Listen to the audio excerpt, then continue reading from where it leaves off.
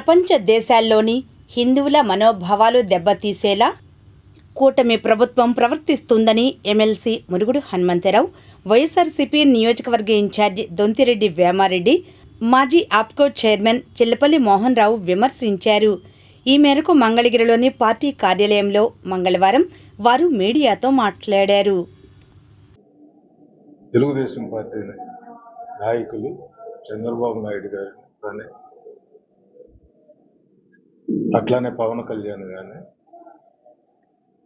లోకేష్ కానీ, ఇంకా ఇతరులు చాలామంది ప్రజల్లోకి తీసుకొచ్చారు.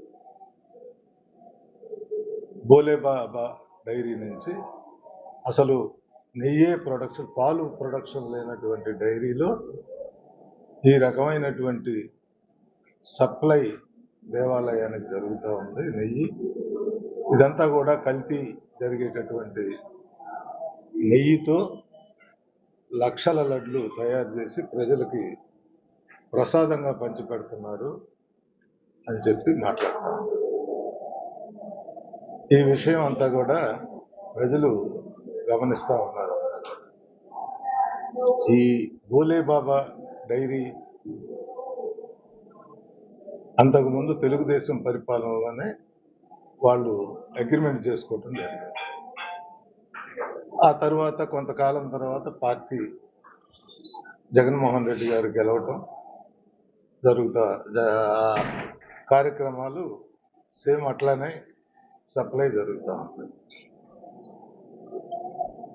ఈ సప్లై 4 ట్యాంకర్లు, అంటే 2+2 4 ట్యాంకర్లు కూడా కల్తీ ఉందని చెప్పి రిటర్న్ పంపించడం జరిగింది ఎగ్జిక్యూటివ్ ఆఫీసర్ గారు, ఆ కన్సర్న్ డిపార్ట్మెంట్ జూలై 24.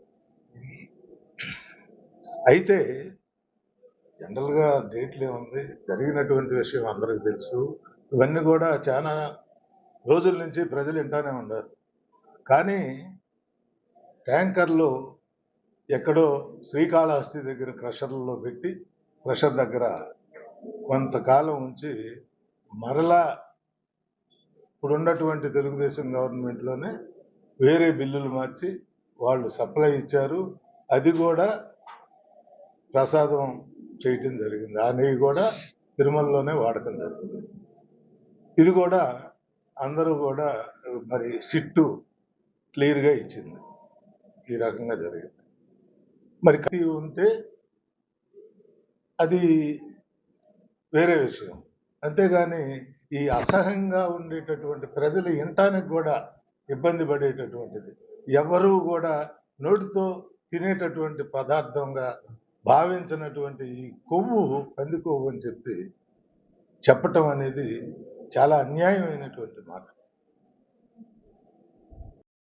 దురదృష్టవశాత్తు రాష్ట్రంలో ఆంధ్రులనే కాదు, దేశం ఇతర దేశాల్లో ఉన్న హిందువుల మనోభావాలు దెబ్బతినే విధంగా తిరుపతి లడ్డూ విషయంలో నానా యాగి చేస్తుంది ఈ కూటమి ప్రభుత్వం. మా దగ్గర అన్ని ఆధారాలతో ఇవి ఉన్నాయి. ప్రెస్ అండ్ ఎలక్ట్రానిక్ మీడియా కూడా నేను తెలియజేస్తున్నది ఏంటంటే, సోదరులారా, వాస్తవాల్ని ప్రజలకు తెలియజేయండి. రాజకీయాలు ఎవరికి తోచిన విధంగా రాజకీయ ఎత్తుగడలు వాళ్ళు వేస్తున్నారు, దానికి తిప్పుకొట్టే విధానాలు చేస్తున్నారు. దేనికైనా కూడా ఒక లిమిట్ ఉండాలి.